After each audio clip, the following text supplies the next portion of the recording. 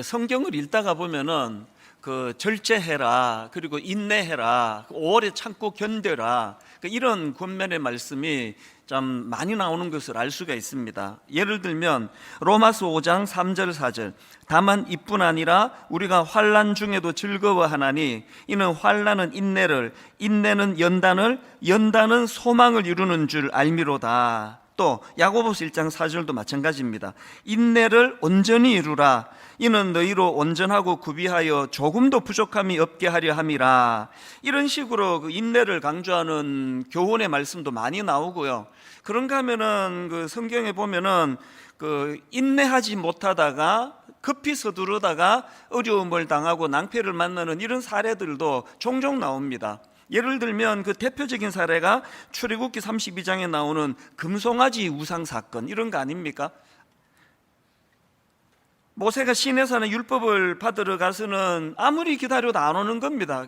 오래 기다렸던 백성들이 그거를 못 견뎌가지고 그만 금송아지 우상을 만들어서 하나님의 진노를 사 엄청난 위기를 자초하는, 이게 대표적인 사례고요.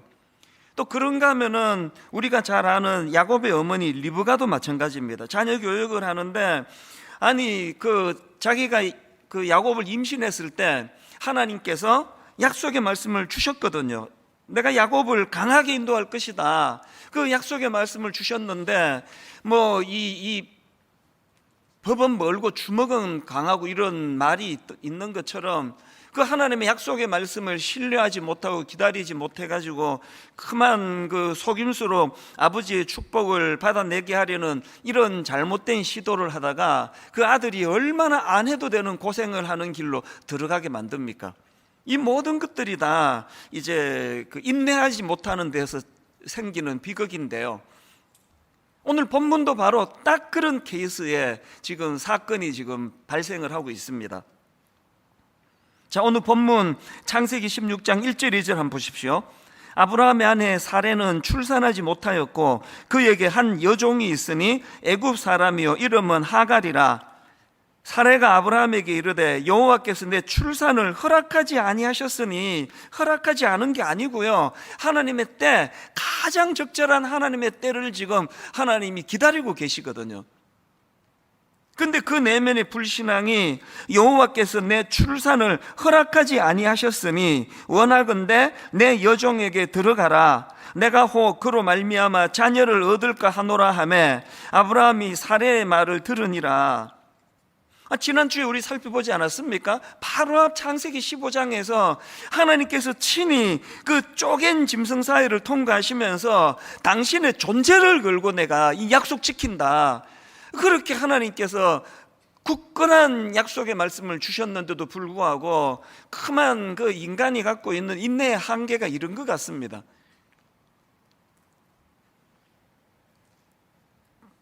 그 일로 인해 가지고 가장 고통을 많이 당하는 사람이 바로 그 일을 제안했던 당사자예요. 여러분 아시는 4절 말씀, 아브라함이 하갈과 동침하였더니 하갈이 임신하매 그가 자기의 임신함을 알고 그의 여주인을 멸시한지라. 이 일로 인해서 가정의 위기가 찾아오고 여러 가지 부작용들이 너무나 많이 발생했다는 걸 다 아시리라 생각합니다. 저는 이런 오늘 본문의 아브라함과 사라 부부를 보면서 히브리서 10장 36절 말씀이 생각났는데요, 세 번역입니다. 여러분이 하나님의 뜻을 행하고서 그 약속해 주신 것을 받으려면 뭐가 필요하다 그럽니까? 인내가 필요합니다. 인내. 이게 지금 우리 같은 평범한 어떤 부부가 그냥 아들을 바라고 딸을 바라고 이런 차원이 아니지 않습니까? 엄청난 하나님의 놀라운 역사와 계획이 그를 통해 펼쳐질 텐데 어떻게 그렇게 졸속으로 자기들 마음대로 그렇게 서두를 수 없는 일 아닙니까?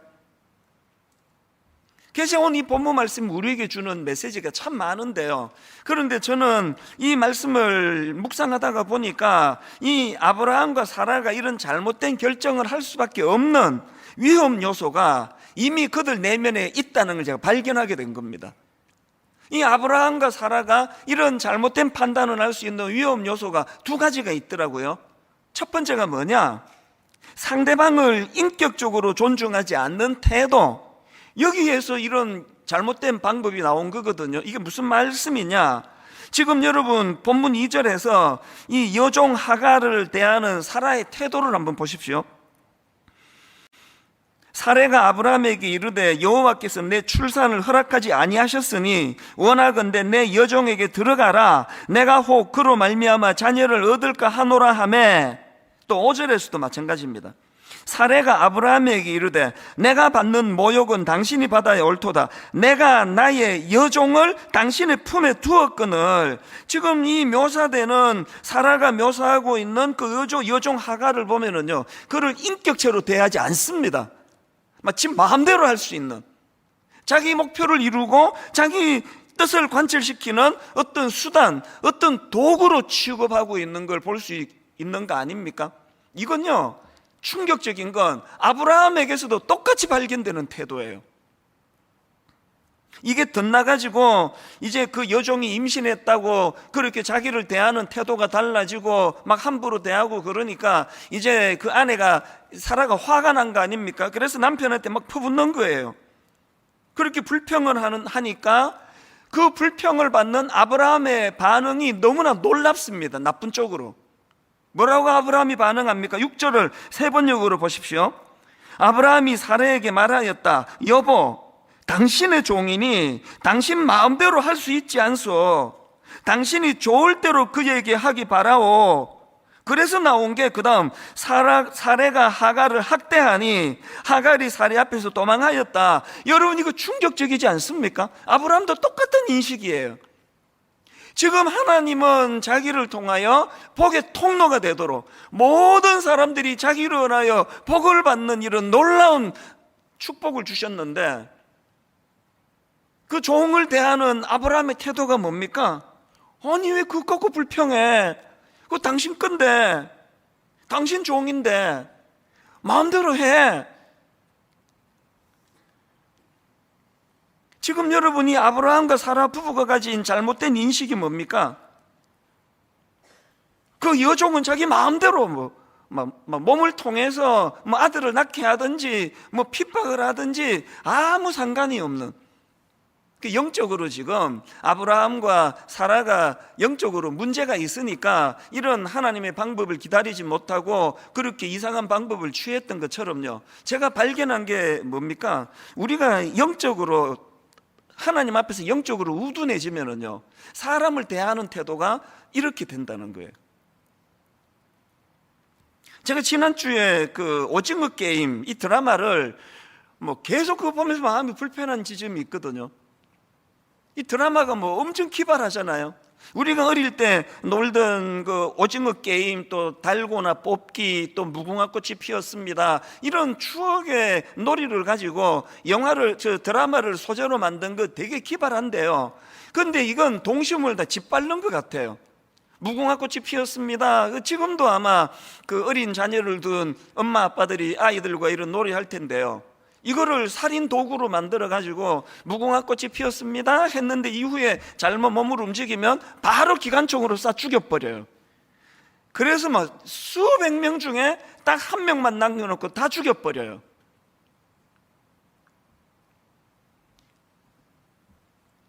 이런 드라마가 지금 전 세계에서 지금 1위다, 제일 많이 보는 드라마다, 화제를 일으킨다. 이게 지금 뭘 의미하느냐고요. 지금 우리들 머릿속에 이 사람 목숨을 경시하는 이런 거에 대하여 별로 놀라지도 않을 만큼 너무나 당연한, 이게 뭘 낳습니까? 여러분, 이거 미국에서 툭 하면은 총기 난사, 우리나라에서도 묻지마 살인, 이게 지금 다 그런 영향 아닙니까? 최근에 저희 동네에요, 그 슈퍼마켓이 규모가 작지 않은 슈퍼마켓인데요, 한 번씩 이제 물건을 사러 가서 이제 계산대 앞에 줄을 서고 또 그 계산대에서 수고하는 분들에게 인사도 하고, 이게 다 없어졌습니다. 왜냐하니까 그 동네 슈퍼마켓 계산대가 전부 이제 무인으로 다 바뀌어 버렸어요. 가끔씩 갈 때마다 그 마음의 허전함을 금할 수가 없습니다. 줄 서가지고 그 앞에 종업원하고 손님이 대화 나누는 것도 또 듣기도 하고, 제 차례가 되면은 뭐 짧은 간단한 말이지만 아이고 수고가 많으십니다, 오늘은 뭐 컨디션이 좋으신가요, 이런 간단한 인사말이라도 나눌 다 없어지고요. 모든 사람들이 그 침묵에 뭐 사랑과 인격적인 게 이게 필요 없어졌습니다. 이게 저는 이 씁쓸함을 금할 수가 없는 거예요. 옛날에는 그 식당에 가면은 걔도 뭐 설렁탕 한 그릇 주세요, 뭐 맵지 않게 주세요. 이제 점점 없어집니다. 이 기계로 다 해요.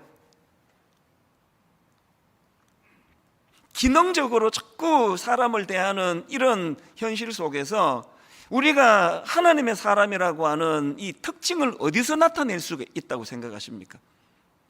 예수 믿는 우리조차도 여러분, 우리가 사람들을 대하고 사람들을 상대할 때 기능으로만 대하는 것, 저는 1만 순도 파송 운동을 앞두고 29명의 예비 담임 목사님에게 신신당부하는 게 몇 가지가 있는데, 그 중에 하나가 뭔지 아십니까?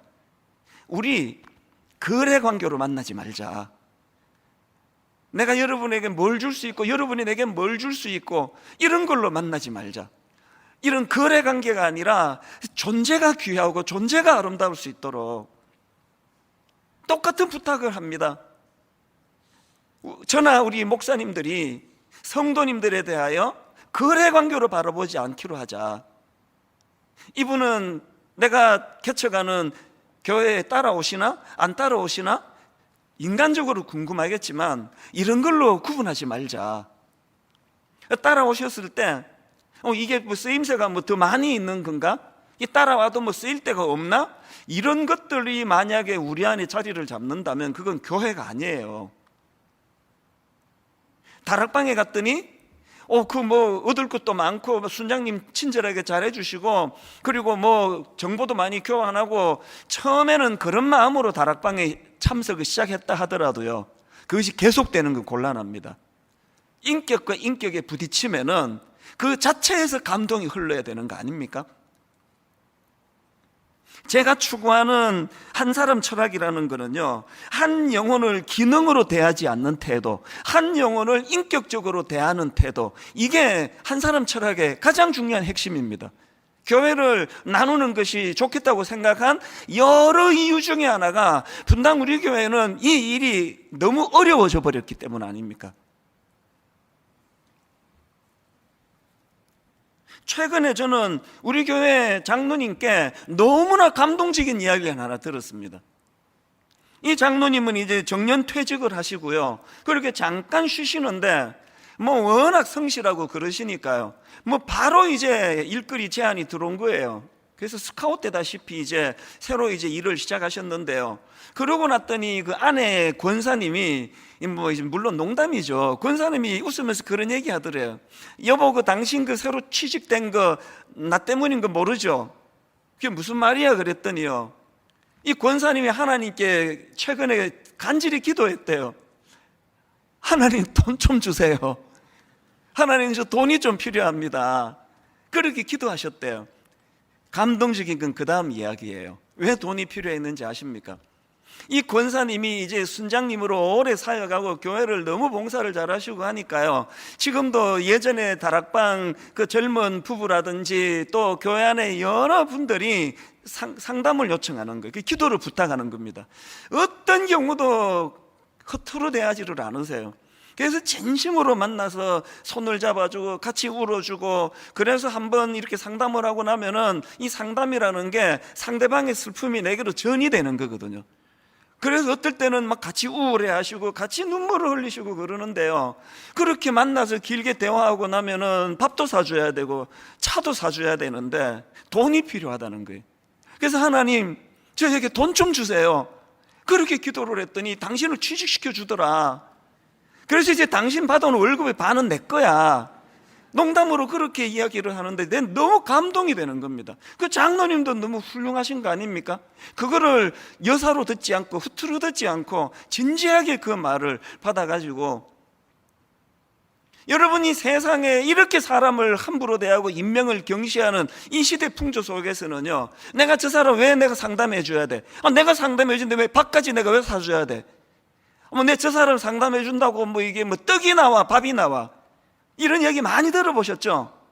이게 세상의 메시지라면 오늘 여러분, 아브라함이 그리고 아내 사라가 결정적으로 지금 그 마음속에 잘못된 것들이 잘못된 길로 가게 만든 게 있다면, 아무리 여종이라 그러지만 인격으로 대하지 않는 그 태도 속에 이런 하나님이 보시기에 악한 열매들이 나올 요소가 있다는 겁니다. 여러분, 분당 우리 교회 뿐만 아니라 모든 이 땅의 크리스찬들이 사람을 존중히 여기고 무례하게 대하지 않고 사람에 대하여 아래 사람이라고 막대하지 않는, 그래서 오늘 우리 예수 믿는 사람에게는 갑질이라는 이 단어는 절대로 있을 수 없다는 거 얼마나 많이 강조합니까? 이게 첫 번째 그 부부에게서 발견되는 잘못된 모습이고요. 두 번째로 아브라함과 사라가 잘못된 판단을 하게 된 위험 요소가 하나 더 있는데요, 그 악한 시대의 영향력 아래 놓여 있다는 겁니다. 이 악한 시대의 영향력, 이게 무슨 말씀인지 설명을 드릴게요. 그 기동연 교수님이 쓴 책에 보니까요, 이게 참 우리로 봐서는 황당하잖아요. 아니, 애가 안 쓴다고 어느 부부가 딴 여자 들여가지고 애 낳지, 뭐 이게 우리로서는 너무 어색한데요, 이게 그 시대적인 배경을 갖고 있다는 겁니다. 그 시대에, 그 당시 사회에서는 이 자식 없는 아내를 위한 대리모 제도가 있었고요, 그 부잣집 여주인들은 그 여종을 일종의 그 시바지라 그러나요? 그런 일을 행하던 일이 있던 시대라는 겁니다. 그러니까 우리는 이런 사라의 제안이 너무 황당하고 생소하지만, 지금 아브라함과 또 아브라함이 그걸 수용하는 게 뭡니까? 그 지금 악한 사회적인 영향력, 그 영향을 지금 받고 있다는 그거 아닙니까? 이 뭘 지금 제가 강조하는 겁니까? 여러분이나 저나요, 어쩔 수 없습니다. 우리가 발 딛고 살아가는 이 시대의 문화와 풍습에 영향을 받을 수밖에 없는 거거든요. 낸시 피어시가 쓴 내 몸을 사랑하라, 이런 제목의 책이 있는데요, 그 책에 굉장히 중요한 한 가지를 설명하는 대목이 있습니다. 팀 켈러, 뉴욕에서 목회하셨던 팀 켈러 목사님 그 글을 하나 인용하는데요, 글 제목이 전사인가 도시인인가 이렇습니다. 이게 지금 비유로 상징적으로 무슨 실험을 제안하는가 하니까, 이제 영국의 앵글로 섹슨 전사 AD 800년, 그러니까 뭐 지금부터 천 몇백 년 전입니까? AD 800년 때 활동했던 앵글로 섹슨 전사가 하나 있고, 그리고 오늘 이 시대 영국 맨하탄에 사는 청년이 하나 있습니다. 이 두 청년을 비교하면서 무슨 설명을 하느냐, AD 800년대 살았던 영국의 앵글로 잭슨 전사가 두 가지 내면의 충동이 있다는 거예요. 그 첫 번째 충동이 뭐냐, 무례한 사람을 때려 죽이고 싶은 충동. 그러면 이 전사는 그런 충동이 오면은 그 내면에서 이렇게 이야기할 거라는 겁니다. 이게 나야, 이게 내 아이덴티티야, 난 무례한 사람들은 볼 수 없는 나는 전사야, 그런 것들을 처벌하는 용감한 사람이 나야. 그리고 또 그 시대 모든 사람들이 다 이런 폭력성에 대하여 인정을 해주는 겁니다. 이 사람 진짜 용감해, 무례한 사람들을 가만두지 않고 처치하는 굉장한 용감함이 있어. 이게 이 사람을, 폭력성을 굉장히 이제 강화를 시켜준다는 거예요. 그런가 하면은 이 AD 800년 영국의 앵글로 섹슨 전사에게 또 다른 한 가지 내면의 충동이 있는데, 이게 동성애 감정이 흐르는 겁니다. 예를 든 거예요. 주후 800년대 영국 전사에게 동성애 감정이라는 건요, 이거 황당하기 짝이 없는 거예요. 있을 수가 없는 거예요. 이건 전사, 남성성을 강조하던 그 시대에 이거는 너무 당황스러운 거예요. 그러면 그 남자가 뭐라고 말하느냐 하니까, 이건 내가 아니야, 이건 내 모습이 아니야, 이거는 막 부인하는 겁니다. 나는 이 충동을 억제할 거야, 난 이거 반드시 이겨낼 거야. 이게 이제 800년 전 앵글로 섹슨 전사고요, 똑같은 충동을 현재 뉴욕 맨하탄에 살고 있는 청년에게 있다고 가정을 해보자는 겁니다. 이 청년이요, 지하철을 타고 가거나 길을 가거나 무례한 사람을 보면 죽이고 싶은 거예요. 이걸 내가 이제 죽여버리고 싶다고. 그러면 그 뉴욕에 사는 남자가 어떻게 반응할까요? 이 분노 조절 프로그램을 통해 내가 이게 치료를 받아야 돼. 근데 이러다가 이제 그 사고 치르겠다. 엄청 억누르는 거예요. 그 뉴욕 사는 청년이요. 이게 나야. 이게 내 아이덴티티야. 이렇게 말하지 않는다는 겁니다. 뭘 말하는지 아시겠죠? 지금 이 설명이 가르쳐주는 포인트는요, 그 시대에 영향을 받을 수밖에 없다는 거예요. 그리고 그게 절대 진리라 말할 수 없다는 겁니다. 그 책에 보면은요,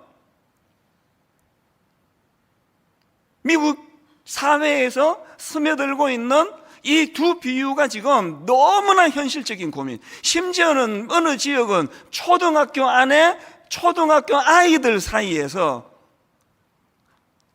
나 레즈비언이야. 초등학교 5학년 6학년 아이들이 난 여성 동성애자야. 너 내 파트너가 돼줄래? 너 내 친구가 돼줄래? 이런 이야기가 오가고 있는 게 미국 현실이라는 겁니다. 이런 점에서 저는요, 에베소서 2장 2절, 그때에 너희는 그 가운데서 행하여 이 세상 풍조를 따르고 공중의 권세 잡은 자를 따랐으니 곧 지금 불순종의 아들들 가운데서 역사하는 영이라. 지금 우리가 두려워하는 게 이 세상 풍조라는 것이 감당하기 어려운, 너무나 경험해보지 못한 혼란이라는 겁니다. 에베소서 4장 14절, 이는 우리가 이제부터 어린아이가 되지 아니하여 사람의 속임수와 간사한 유혹에 빠져 온갖 교훈의 풍조에 밀려 요동하지 않게 하려 함이라. 이제 이런 말씀은요, 어린애같이 미숙한 어떤 몇몇 사람에게만 해당되는 게 아니라 목사인 저를 위시해서 우리 모두에게 해당되는 말씀이에요. 이게 그냥 한순간 놓치면은 상상을 초월하는 이런 유혹에 넘어가게 되는 것이니, 저는 이런 의미에서 오늘 본문에서 그 믿음으로 순종해서 결단해서 하나님을 따라왔던 아브라함과 사라가 보여주는 그 시대 영향을 받는 그 모습을 보면서 두려움이 드는 거예요. 오늘 이 시대는요, 그리스도인으로 살아가기가 너무나 힘든 시대입니다.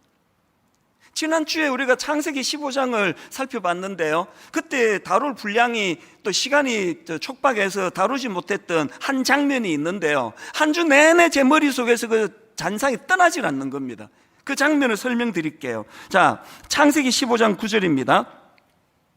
여호와께서 그에게 이르시되 나를 위하여 3년 된 암소와 3년 된 암염소와 3년 된 숫양과 산비둘기와 집비둘기 새끼를 가져올지니라. 하나님이 이렇게 명하셨고 아브라함이 거기에 순종해서 준비합니다. 그게 10절입니다. 아브라함이 그 모든 것을 가져다가 그 중간을 쪼개고 그 쪼갠 것을 마주 대하여 놓고 그 새는 쪼개지 아니하였으며, 이렇게 하나님 말씀에 순종해서 만반의 준비를 다 해놨는데 하나님이 안 오세요. 오셔야 될 하나님은 안 오시고요. 그 다음 11절 한번 보세요. 솔개가 그 사체 위에 내릴 때에는 아브라함이 쫓았더라. 이 장면이 떠나질 않는 겁니다. 그리고 났더니 12절, 해질 때에 아브라함에게 깊은 잠이 임하고 큰 흑암과 두려움이 그에게 임하였더니, 여기 나오는 솔개는요, 부정한 짐승이에요. 방치하면 안 되는, 아니 이제 오셔야 될 하나님은 안 오시고 계속 솔개가 지금 이 방해하는 거예요. 이게 딱 오늘 우리 시대 아닙니까? 솔개나 쫓고 있는 오늘 우리들을 보고 세상 사람들이 너무나 많이 조롱을 해요. 네 하나님 어디 가셨니? 왜 안 오시니? 그 솔개만 쫓느라 피곤해 쩔은 네 모습이 안쓰럽다.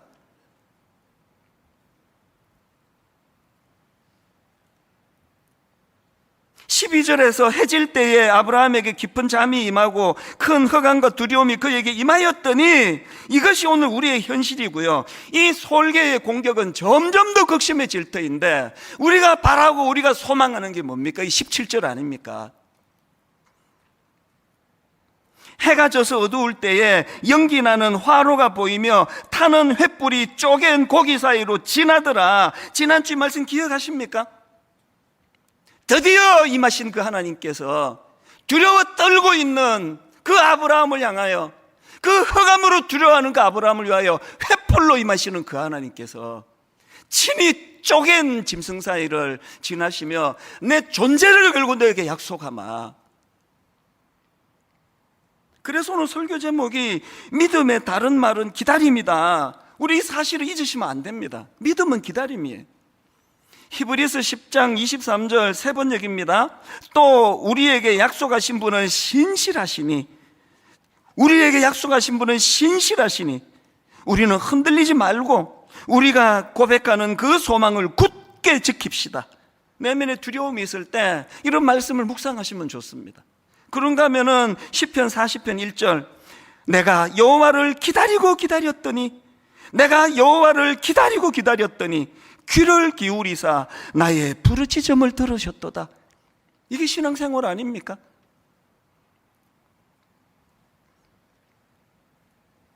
지난주에 그 맨 마지막에 보여드렸던 골판지 간증, 한 주 내내 그 얘기를 들었습니다. 많은 분들이 우셨대요. 우선 코로나 이전에 우리가 했던 그 골판지 간증을 보니까 막 본당에 꽉 차 있는 성도들을 보니까 우리가 이랬던 적이 있었구나. 너무 가슴이 벅찬 거 아닙니까? 거기 어린 중고등학생을 위시해가지고 우리 90대 어른에 이르기까지 참 예수님 만나기 이전 내 모습, 예수님 만난 이후의 내 모습, 그게 그렇게 우리에게 참 눈물을 가져다 줬는데요. 그 중에 그 초신자셨던 한 분의 간증 기억하시죠? 예수님 만나기 전 10년 전 회사 부도, 빚 보정으로 인한 신용 불량, 하반신 마비라는 지체 장애자가 되어 이로 인해 삶의 희망을 잃어 자살 충동에 시달렸습니다.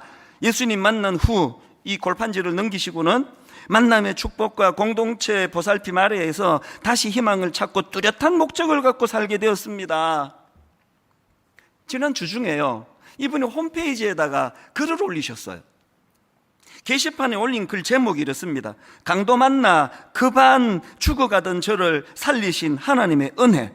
그리고는 사진은 올리고 좀 더 자세하게 거기다가 당시를 설명을 해. 이분이 한번 들어보세요.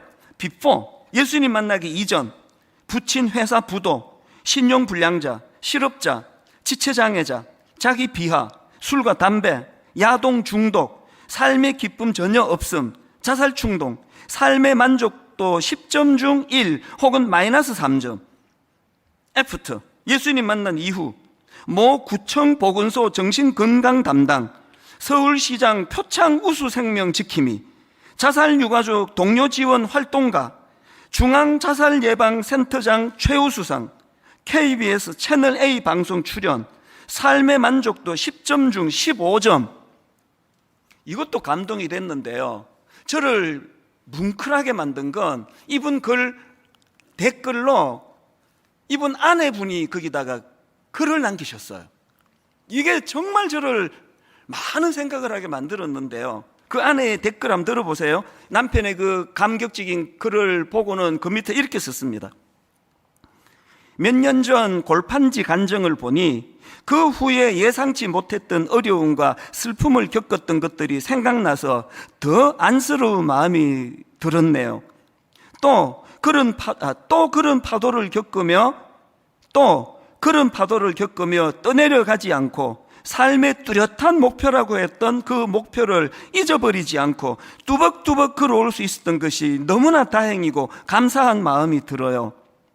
다락방, 제자반, 찬양대, 또 오가며 만났던 우리를 위해 기도해 주시고 위로와 격려를 해 주신 많은 분들로 세 겹, 네 겹, 네 겹 꽁꽁 싸매어 우리의 삶을 견인해 주신 주님 감사합니다.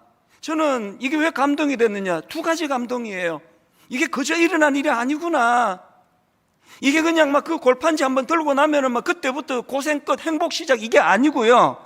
그렇게 결단하고 나면은 그 솔개들의 공격은 더 많아져요. 솔개들의 유혹이 너무 많아져서 이 아내가 보기에 남편이 너무 안쓰러웠다 그러잖아요.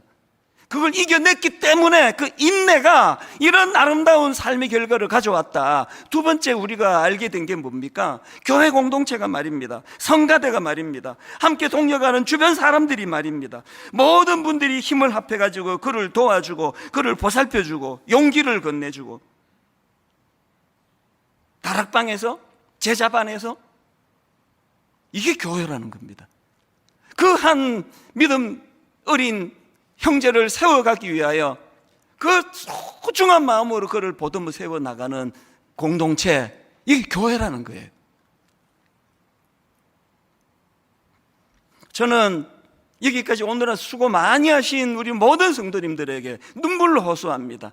여러분, 이제 그 솔개 쫓으며 너무나 많이 지쳐있는 거 이해가 되지만 조금만 더 견디지 않으시겠습니까? 조금만 더 주님을 신뢰하면서 우리를 위하여 십자가를 통하여 그 쪼갠 짐승 사이를 친히 지나가시면서 내 존재를 걸고 약속하마 그 하나님을 신뢰하며 조금만 더 견디지 않으시겠습니까? 결론을 맺기 전에 한 가지 포인트만 더 살펴보기를 원하는데요. 바로 지난 금요일 날에 저는 늘 이런 식의 은혜를 경험해요. 전남대학교 병원 정신건강의학과에 근무하는 의사분께서 제게 메일을 보내줬어요. 우리 교회 성도도 아니고 또 제가 아는 분도 아니에요. 제 이메일 주소를 모르시니까요, 우리 교역자를 통해서 이거를 좀 전달해 달라고 보내왔는데 이게 너무 놀라웠습니다. 오늘의 결론 말씀을 그분이 어떻게 하시고, 이분이요, 전남대학교 병원 그 정신건강의학과에 소속된 의사분이 그 팀이 이 코로나랑 관련한 연구를 했는데요, 연구 주제가 코로나 블루와 스트레스 예방을 위한 솔루션이래요. 코로나 블루라는 거, 이 코로나 확산으로 생긴 우울감, 뭐 우울증, 또 무기력증, 뭐 이런 걸 뜻하는 단어 아닙니까? 그러니까 어떻게 하면은 이런 코로나로 인한 그런 무기력증이나 스트레스를 예방할 수 있는가, 이 연구팀이 연구를 했더니요, 답이 딱 나오더래요. 그게 감사들, 감사. 그 감사. 이 교회에서 한 게 아니고요, 제가 기억하기로 정부에서 출연한 그 기금을 가지고 전문가들이 모여 논문을 쓴 논문에 나온 결론이에요.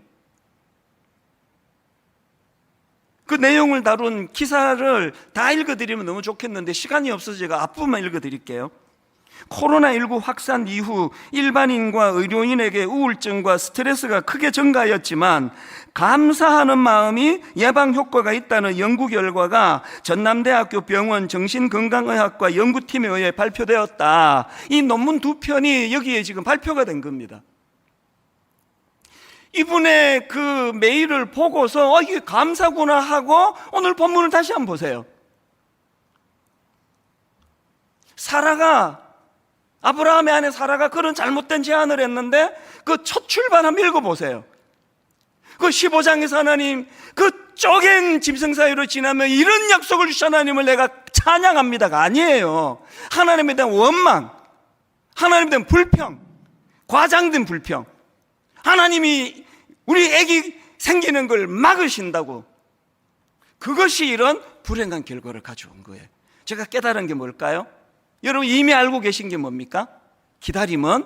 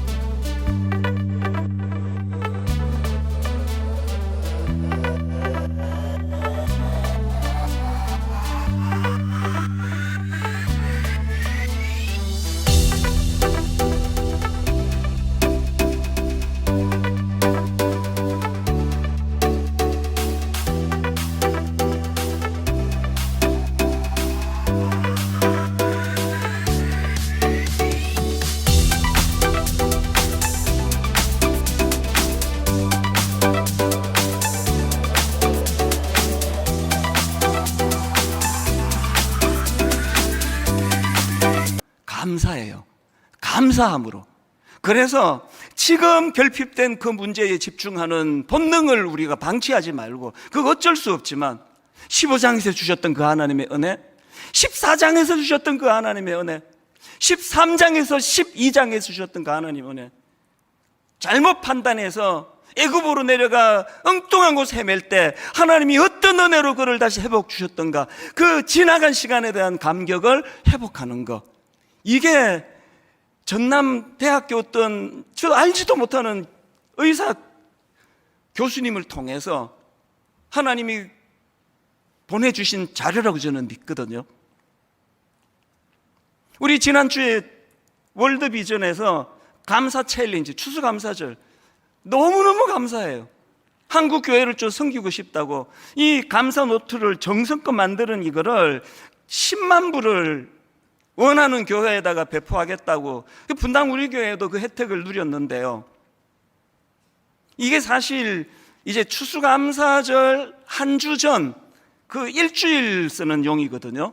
하나님이 제 마음에 3주까지 기다릴 게 뭐가 있냐고, 내일부터 하시자고요. 내일부터 시작하자고요.